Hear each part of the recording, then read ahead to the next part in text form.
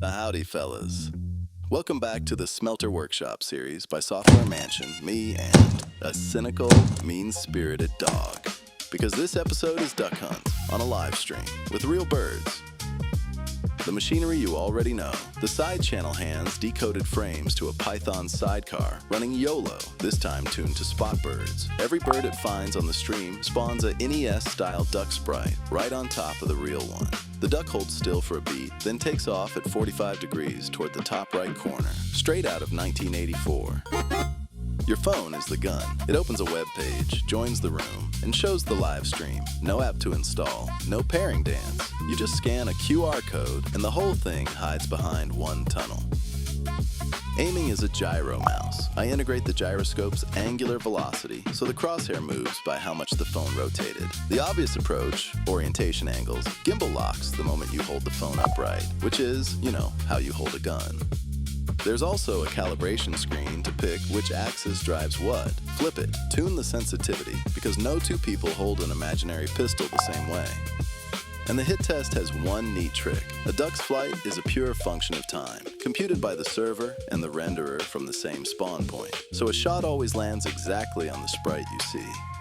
Then, the hardware. Grip, the handle of a saw, barrel, a tube that used to hold fluorescent glow sticks. There's a beer opener in there too. Every serious build has one. A bike phone mount holds the phone up top, and the trigger is a Bluetooth button. And somewhere along the way, the pistol gained a stick of DDR2 RAM as a heatsink. Does it cool anything? No. Does it look like it does? Absolutely. And then Patrick walked in with his own pistol. Nothing to add code-wise. The game was multiplayer from the start. Every phone gets its own crosshair color, the scoreboard lives on the broadcast, and the operator sets the magazine size and reload time so nobody just sprays. So we dueled. And to show off Smelter a little more, flip on your phone's camera and your face lands on the broadcast right next to your score. Nothing here is couch only either. The phone just needs the stream and a socket so you could join the hunt from the other end of the internet, out of the box. Then Joanna showed up too, on furlough from a prison for cyber criminals. Theoretically unarmed, no pistol, no saw handle, nothing. In practice, she wrecked me with nothing but her phone. Turns out that's all it takes.